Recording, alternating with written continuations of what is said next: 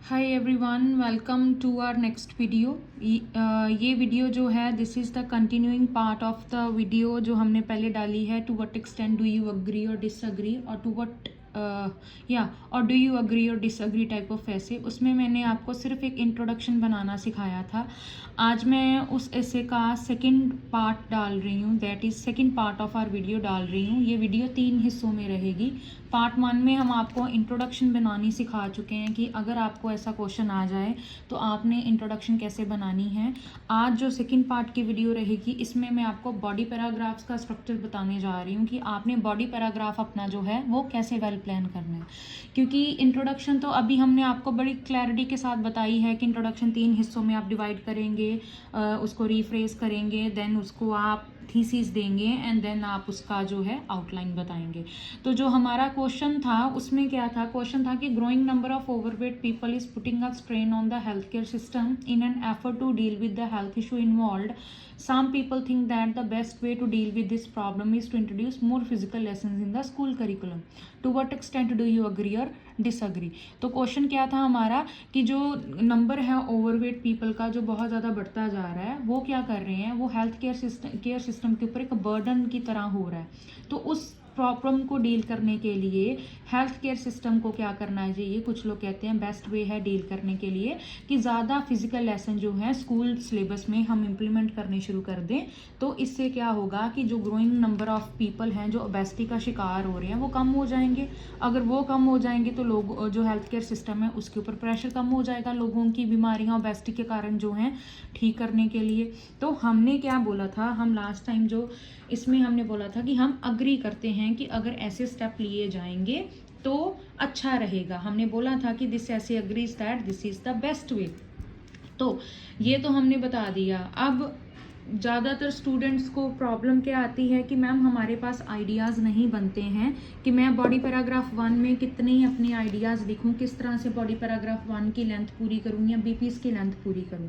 तो इसमें the very simple thing is कि आपको सिर्फ 2 मेन आइडियाज़ की ज़रूरत है। यू डू नॉट नीड 4 और 5 आइडियाज़, सिर्फ 2 आइडियाज़ की आपको ज़रूरत है। एक आप बॉडी पैराग्राफ 1 में यूज़ करेंगे और एक आप बॉडी पैराग्राफ 2 में यूज़ करेंगे। तो 2 मेन आइडियाज़ कौन से थे जो हमने आउटलाइन बनाई थी। दिस ऐसे agrees that this is the best way because this method will ensure the next generation will be more healthier as well as more healthier parents in present. तो ये मेरे 2 आइडिया मैंने आउटलाइन में examiner को already बताए हैं कि मैंने बताया कि ये वाला जो अगर हम ऐसा मेथड ये चीज़ इंप्लीमेंट कर देते हैं तो ये क्या करेगी, इंश्योर करेगी कि आने वाली जनरेशन हेल्थियर होगी। ये मेरा BP1 कहा गया हिंट, एज वेल एज और साथ ही साथ में प्रेजेंट में जो पेरेंट्स हैं वो बड़े हेल्दियर हो जाएंगे। तो ये मेरा BP2 का पॉइंट आ गया। तो मैं आज आपको सिर्फ एक बॉडी पैराग्राफ 1 बना के दिखाऊंगी। आप क्या करेंगे, आप बॉडी पैराग्राफ 2 बना के मुझे आप हमारे व्हाट्सएप नंबर मैं मेंशन कर देती हूँ नीचे डिस्क्रिप्शन में, आप मुझे उसके ऊपर लिख के सेंड करें। जितनी पॉसिबिलिटी होगी हम आपका बॉडी पैराग्राफ 2 चेक करके हम आपको रिवर्ट करेंगे जो भी करेक्शन होगी या जो आप मेजर मिस्टेक कमिट कर रहे हो। हमारे पास रश काफ़ी रहता है मैसेजेस का तो हम रिप्लाई नहीं कर पाते हैं। तो थोड़ा अगर आपको वेट करनी पड़े तो please do wait for your revert regarding your जो भी आप BP2 लिख के सेंड कर रहे हो। तो ये क्वेश्चन था, ये हमने इंट्रोडक्शन का मैंने आपको थोड़ा हिंट बता दिया कि इंट्रोडक्शन रिफ्रेज करेंगे, थीसिस करेंगे, आउटलाइन देंगे। नाउ आज हम कहाँ पे जा रहे हैं, हम जा रहे हैं बॉडी पैराग्राफ पे कि हमने बॉडी पैराग्राफ कैसे करना है।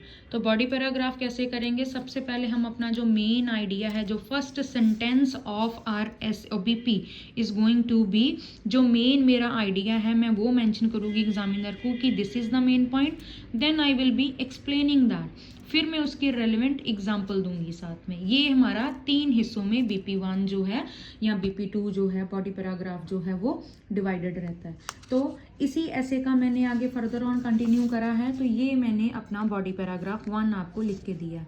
तो मैंने स्टार्टिंग करी है। देखें बहुत सारे स्टूडेंट हैं वो क्या करते हैं, टू बिगिन विद फर्स्टली जो भी कनेक्टर्स आप लगाते हो है ना, तो लगाओ, कोई प्रॉब्लम नहीं है। लेकिन जब भी आप 7+ बैंड वाला सैम्पल आंसर कभी भी आप किसी अच्छे टीचर का या अच्छे स्टूडेंट का रीड करें तो they do not use many connectors in their body paragraphs और इवन इन देयर ऐसे।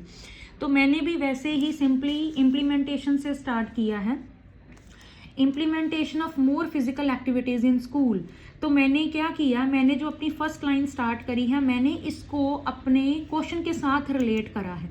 मैंने बोला कि फिजिकल एक्टिविटीज़ जब स्कूल में इम्प्लीमेंट करेंगे, हम लागू करेंगे to resolve increasing obesity issue, जो ओबेसिटी का मुद्दा बढ़ता जा रहा है, इसको रिजॉल्व करने के लिए जब हम फिजिकल एक्टिविटी स्कूल में इम्प्लीमेंट करेंगे, it will not only lift burden from health care system. तो ये सिर्फ और सिर्फ हेल्थ केयर सिस्टम से बर्डन नहीं उठाएगा, साथ ही साथ but also will make more healthier future generation. हमारे पास आने वाली जो जनरेशन है वो ज़्यादा हेल्दियर होगी।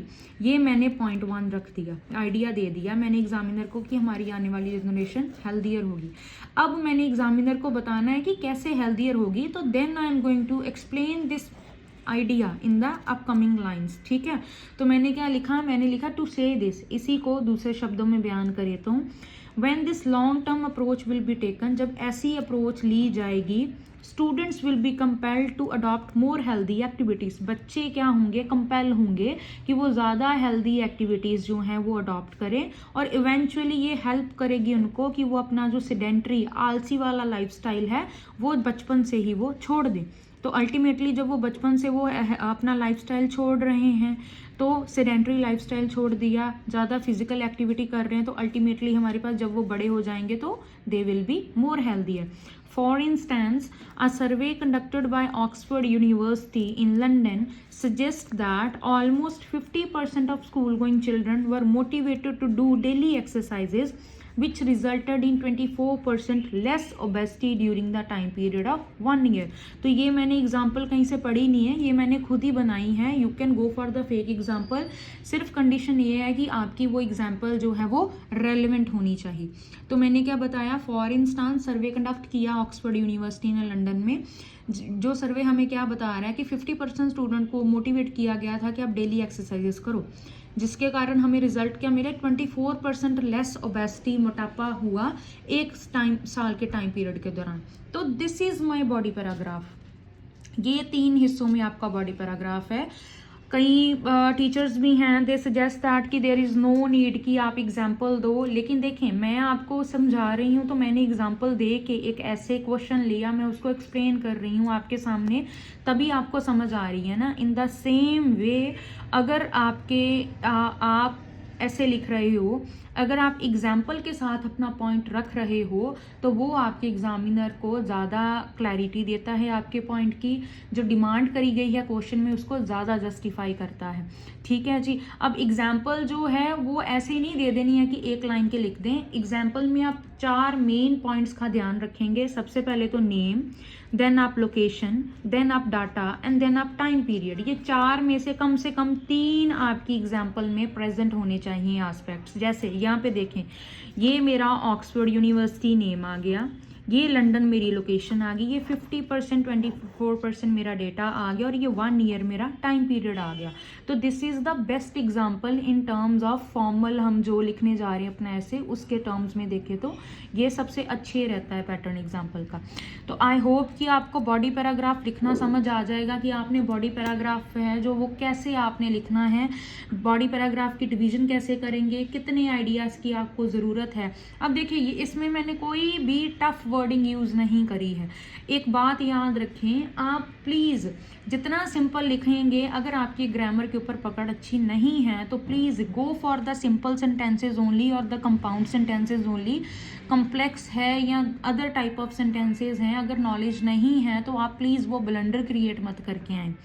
एक और बात मैं सबसे ज़्यादा क्लियर कर देना चाहती हूँ, to what extent do you agree और डिसअग्री ऐसे है, तो आपसे एग्जामिनर ये पूछ रहा है कि आप किस तरफ हो, अग्री कर रहे हो कि डिसअग्री कर रहे हो। आप इंटरनेट के ऊपर ऐसे देखेंगे तो क्या किया होता है, एक BP1 बहुत बड़ा दिया होता है जिसमें 2 पॉइंट अग्री की तरफ गए होते हैं, और एक फिर सेकंड बॉडी पैराग्राफ छोटा सा बनाया होता है जिसमें वो डिसअग्री भी बोल रहे होते हैं।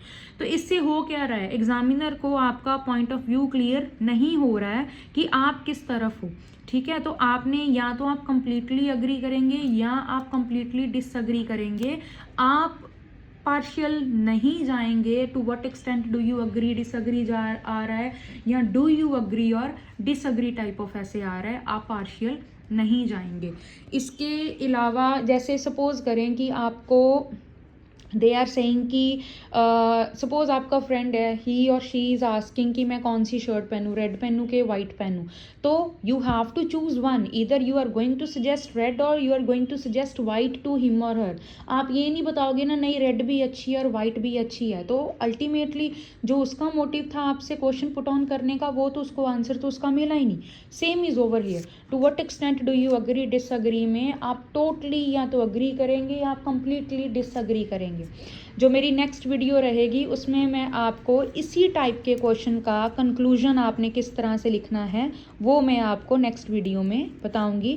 स्टे ट्यून्ड, हमारे साथ बने रहें, हमारे चैनल को सब्सक्राइब करें, वीडियोस लाइक करें, कमेंट किया करें।